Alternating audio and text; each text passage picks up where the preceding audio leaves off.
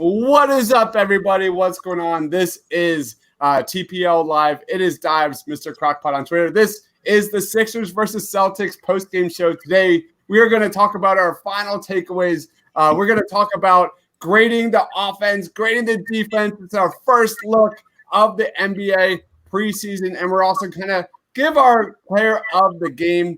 My final takeaway of this game, I got to throw it to my man, Shake Milton. 23 minutes, 19 points. This guy looked calm. He looked smooth.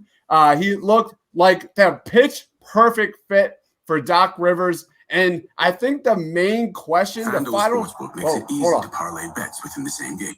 All right, we're good. I think the final takeaway of this has to be whether or not Shake Milton is a bench player or whether or not Shake Milton is a starter. Next up, we'll go to Rob, the voice of the people. Follow him on Twitter at Philly_Madness. What was your final takeaway of this, man?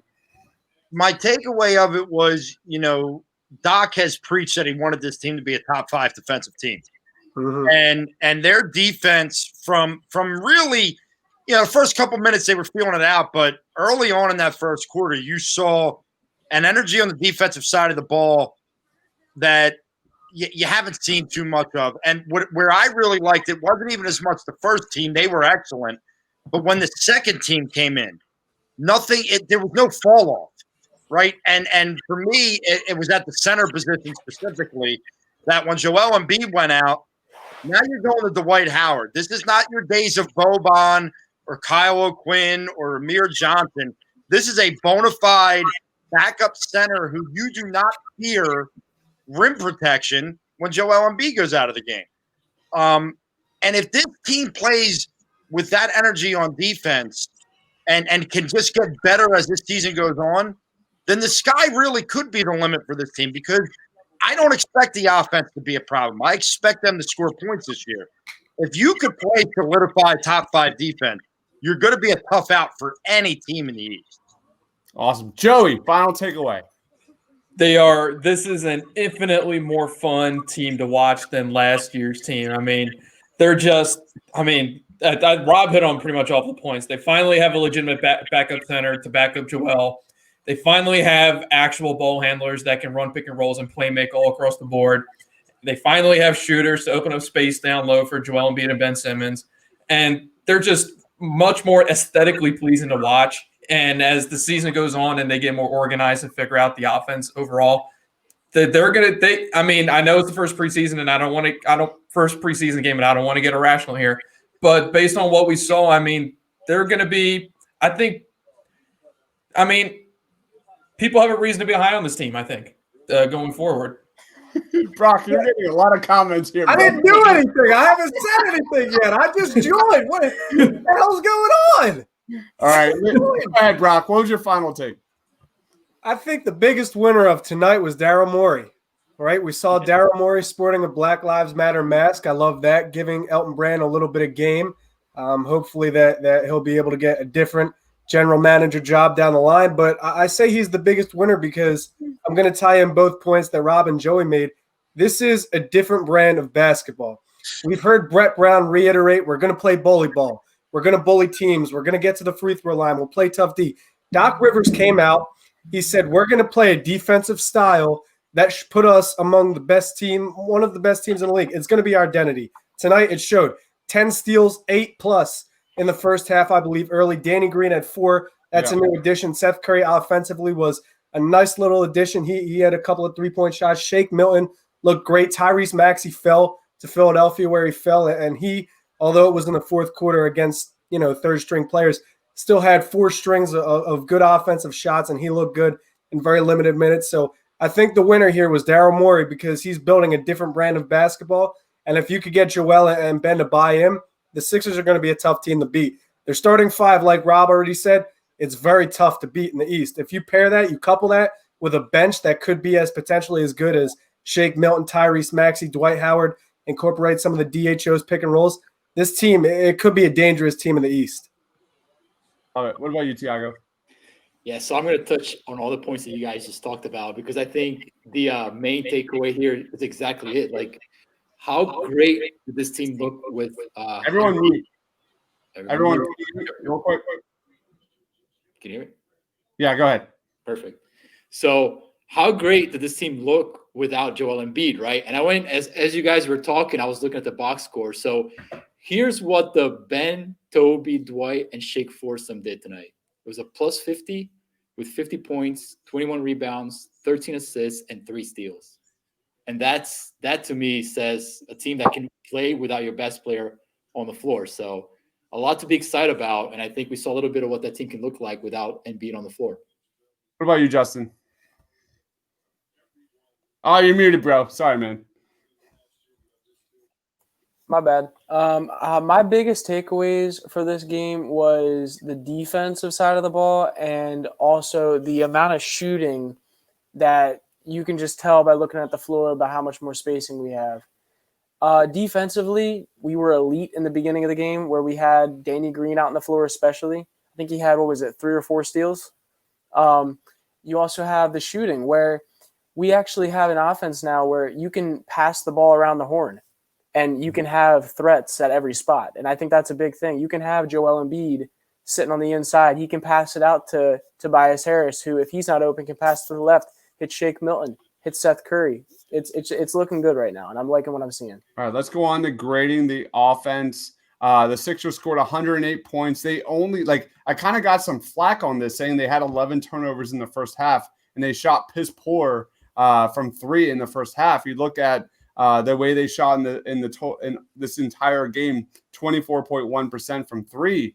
They put up 108 points on a really strong defensive team. Yeah. You saw guys, especially in the first half, our main guys get easy buckets. How many times have we heard that? The spacing was there. And that is something that cannot be ignored. I'm going to give the offense a solid B+. 108 points. I really, really liked what I saw, especially from Shake. I'm a little biased. What about you, Rob? You're muted. You're muted. This is like one of my classes on Zoom. The professor, the kid always talks. I just did that this week where I literally yelled at kids because they weren't participating. And they must have been able to see my mouth moving because then they were like, Mr. Lange, you're muted. After all that, what the hell was the question? I forget the damn question already. How would you grade the offense tonight? Listen, I thought the offense was good. I'd probably give it a B+. I'd like to see a better shooting percentage from 3, but it's also the first preseason game, so I'm not going to overreact to it. But, I saw some good things from Shake, from Dives. Here's a guy that I'll give you credit for him. Still not giving you Greg Ward and Jalen Reagor yet, but maybe one day. But, I thought Shake looked good. Loved what I saw in limited minutes from Maxey. Obviously, Seth Curry hit a couple nice, jumpers that we have just desperately missed. Yeah. And really, look, Joel was good. Joel was who he is. But in the second half, that little stint that Ben had in the beginning of the second half was really, really pleasing to the eyes.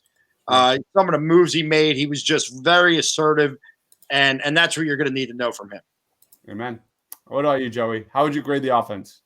Definitely a rock solid B+. I mean, obviously it is the first preseason game, so there are going to be some kinks to work out. You saw some errant passes, a little loose with the ball.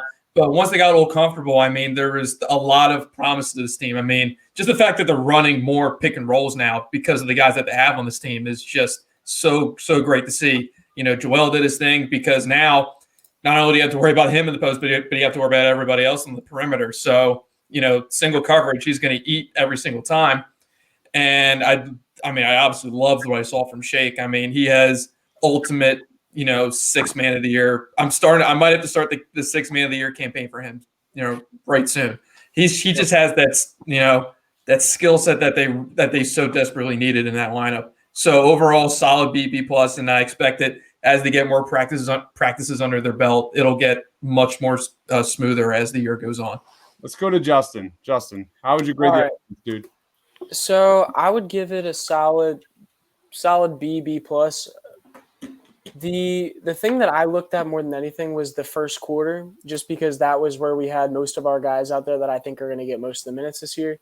The fact that we were able to get pretty easy buckets on the starting line or on most of the starting lineup for the Celtics was something that I love to see. You love to see that we were getting open looks from three and we were getting good looks from under the basket. So I think that was the most important thing. Obviously, like Joey touched on, Shake Milton, you love to see that. I'm interested to see how he does in extended minutes against like top line defense. Obviously, he went up against Marcus Smart for a little bit of this game, but I'm interested to see how he does with that on a whole game. Tiago? Yeah, I thought for the most part the offense looked pretty good, and I was just reading one of the quotes that Kyle put out after the game, saying that Embiid had 18, but they didn't run anything of their offense through Joel Embiid, meaning that like they still have a lot on the playbook for him. So that's very exciting. I mean, a guy puts 18 points without really having anything run towards him is pretty impressive. I think overall, again, all you guys touched on it. 100 plus points, below average 3-point shooting. So all that points to more potential in the future. So I'll give it a solid B plus. Brock? I'm going to say a B as well. I'd reinforce all of your points that there's going to be growing pains with a team that has so many new faces, and especially in the COVID-19 era. But at the same time, there were a lot of shots to go around. Like Tiago just said, the offense didn't really run through Joel Embiid. He still got in the post, and he took 14 shots. Ben Simmons only took 5, but Shake Milton took 14. Tobias took 11. So on a normal night, if you could get your starting 5 all to take at least 10 shots, there's going to be a ton of offensive production. Another thing I'm looking at, it's the first preseason game with somewhat of a spaced floor. The spacing and the gravity is only going to get better. That's going to help Ben and Joel more. Joel went to the line 6 times. Ben went 5 times. If they can increase that a little bit higher throughout the season, maybe each go to the line 8 times a night, that's going to be unparalleled production. So today it's a B, but I think the expectations are much higher for once the offense gets completely settled in. All right, let's go on to grading the defense tonight. The Sixers held the Celtics to under 100 points, 43.4% shooting, 28% from 3 for the Boston Celtics. Shake Milton actually showed a lot of flashes defensively. Danny Green, there was just a lot. Oh my gosh, I hate these advertisements. Sorry. There's a lot to love from the Sixers defense tonight. Brock, lead us off. How would you grade the Sixers defense, man? I'm going to say an A+. Now, you got to take preseason games with a grain of salt, but what I'm looking at was the first half, right? Jaylen Brown, Jason Tatum, and Marcus Smart took 28 combined shots in the first half when they played, and they made 5 from the field. Okay, they had more combined turnovers than they did attempts made from the field. They barely hit any 3-point shots. What that says to me is that Philadelphia kept their perimeter defense intact. And at the same time, if you may have noticed in recent years, Ben Simmons is the predominant defensive anchor on a player like Jason Tatum. Every possession, 25 is guarding Jason Tatum. What I saw tonight was Tobias Harris can step out at the perimeter and guard Jason Tatum. Matisse Thybulle can get around screens and guard players that aren't named Jaylen Brown on different possessions.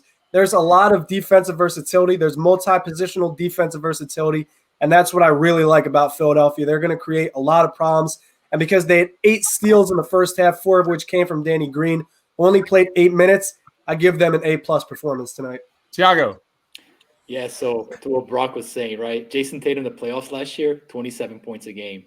Jaylen Brown last year, 21.5 points a game. So you immediately see what the impact Ben Simmons brings to the team and also some of the additions that they've made as well. So I thought the defense as a whole was phenomenal. I thought the adjustments they made on the pick and roll and not just dropping Joel back underneath the rim made a difference. It caused some turnovers, caused some much harder shots. So I would give the defense an A-. Justin? Sorry, I think something I would definitely give them an A, but I think something we have to look at as well is that Kemba Walker was not playing tonight, and that's a guy who opens up a lot more offensively for him as one of their dominant ball handlers, but also getting open shots for other people. I think that does make a difference, but either way, other than that, great defense. I'm excited to see what they look like going when the Celtics are fully loaded on the offensive end. All right. What about you, Joey? Solid A for me. I concur with everything that has been said to this point. Rotations were pretty on point so far. Active hands all across the board. Obviously, Ben is the alpha dog on defense. I think he's going to be in the Defensive Player of the Year running once again.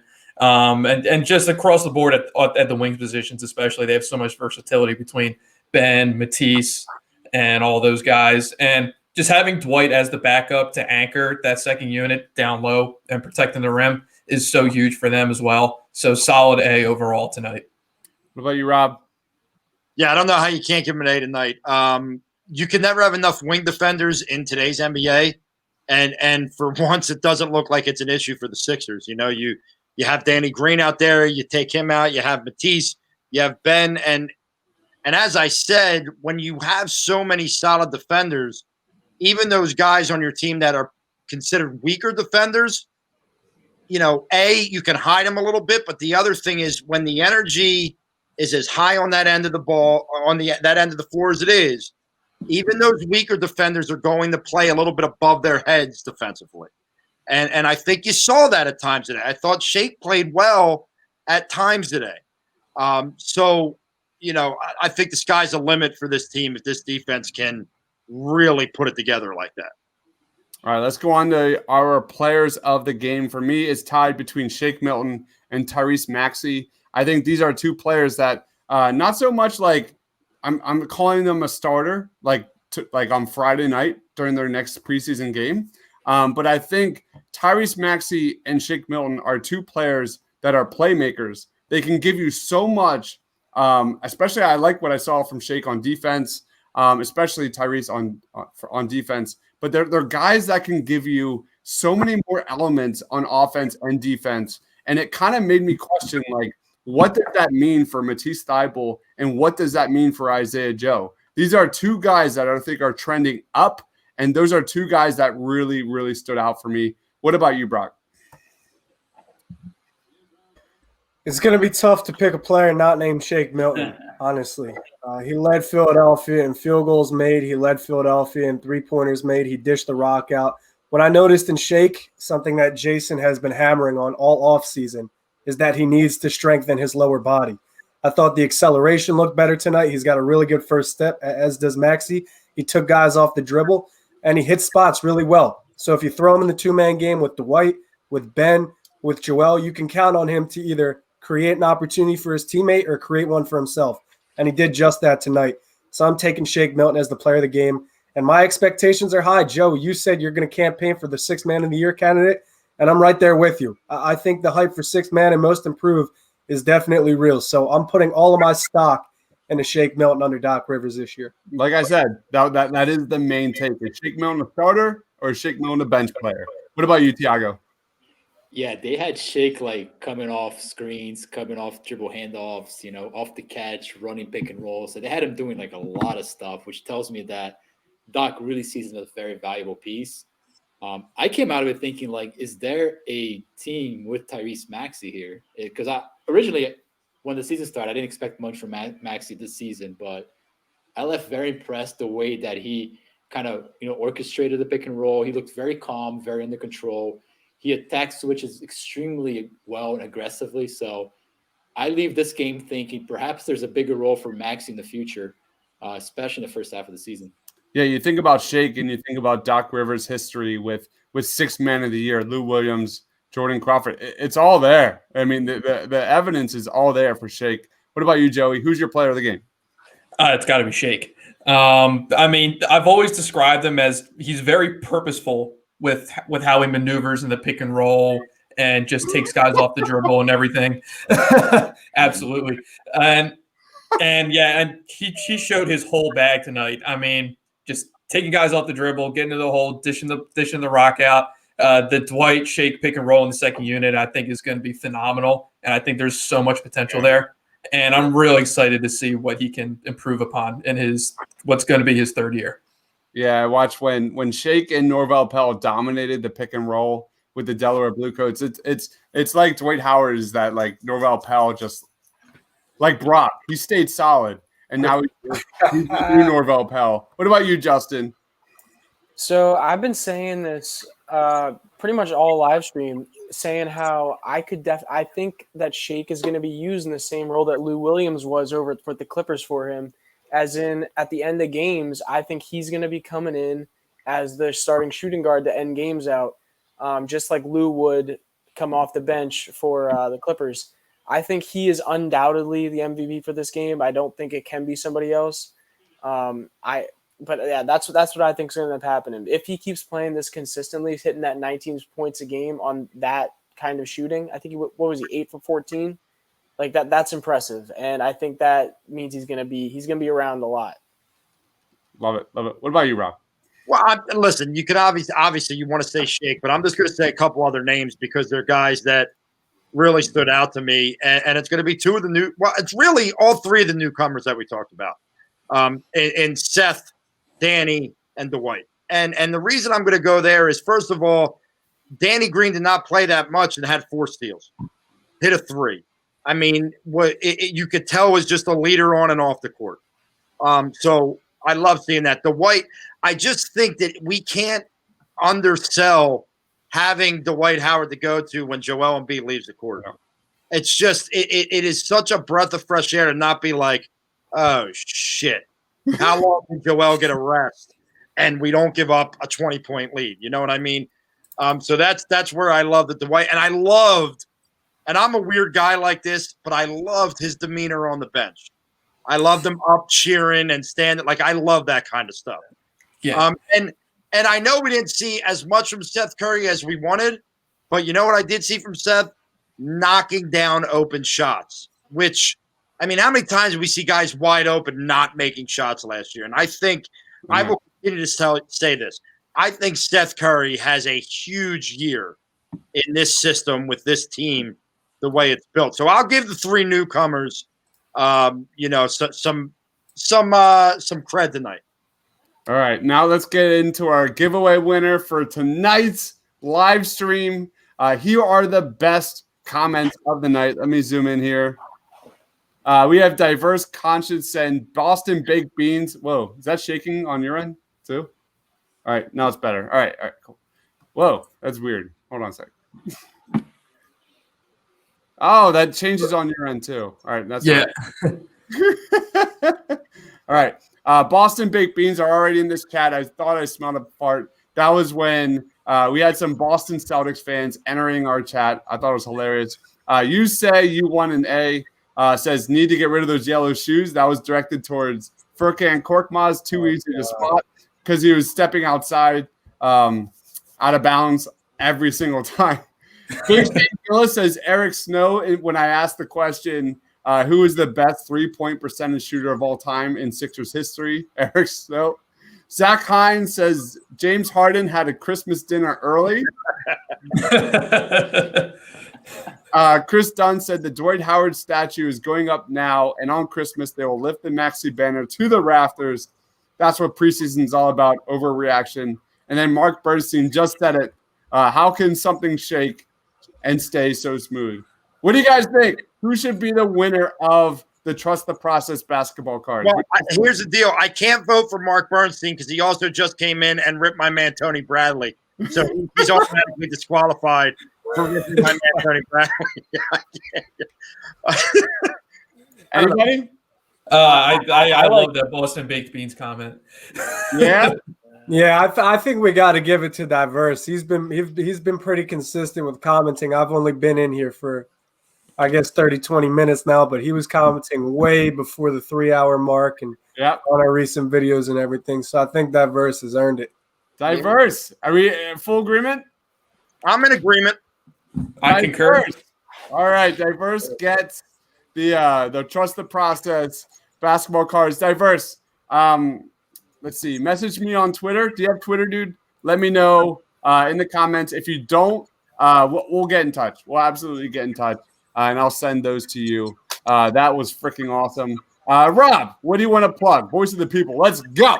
Well, the Voice of the People is coming this week, and as much as I would like to stay positive, I think I become public enemy number 1 this week with my Voice of the People. I think that I need to have a moment with the fans of this city and to explain to them that their narrative on Twitter is not more important than the team, and to stop spewing hate in directions that you don't need to spew it.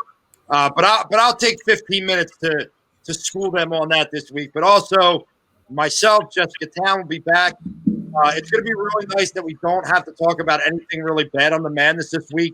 We'll talk about an Eagles victory, which is still a stunner to me.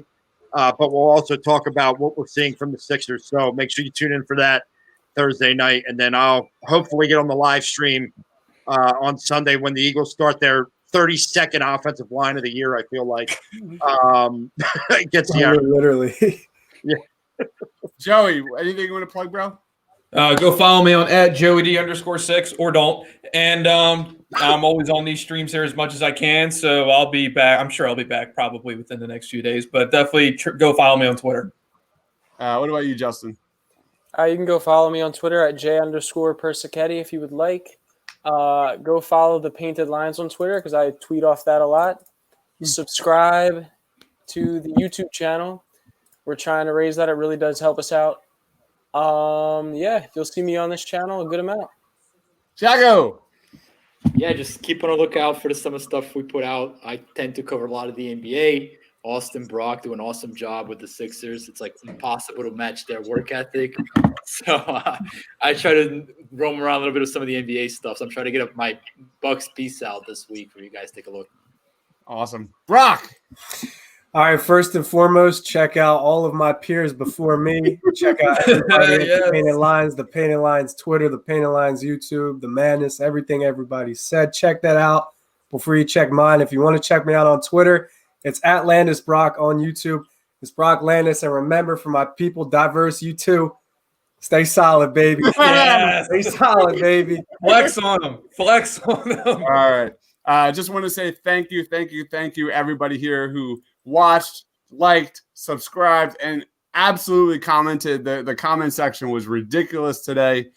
This is what this is. If you want to watch NBC Philly and just sit by yourself and just like have a pity party, go be you, baby. But if you want to have fun, have giveaways, have Sixers trivia, laugh with us, that's what we're going to bring. But this is the Painted Lines YouTube channel. Thank you, everybody, for watching. Tomorrow night, the Faithful Fanatics podcast at 5 o'clock. Check them out on Twitter @FaithfulFans2. Then we got Thursday night, the Madness, 8 o'clock with my man Rob, the voice of the people with Jessica Town. And then we got a Christmas music special because, of course, Saturday night at 8 p.m. East Coast time. I hope everyone had a blast. By the way, we will be back Friday night versus the Pacers live streaming. Probably have another giveaway. I guess the main takeaway for that is if you talk shit on Boston fans, you're probably going to win. Listen, tell your friends to come subscribe and join the live stream. See if they can get a chance at that giveaway. Come hang out with us. It's going to be a fun time. And also, do not slander the Tar Heels in Rob's presence. No. You will lose. You will not win the giveaway if you slander North Carolina. We have the new Greg Ward for from Rob. either. We have that was another win for tonight. We got Rob's Greg Ward come out tonight. Tony Bradley, baby. Tony Bradley.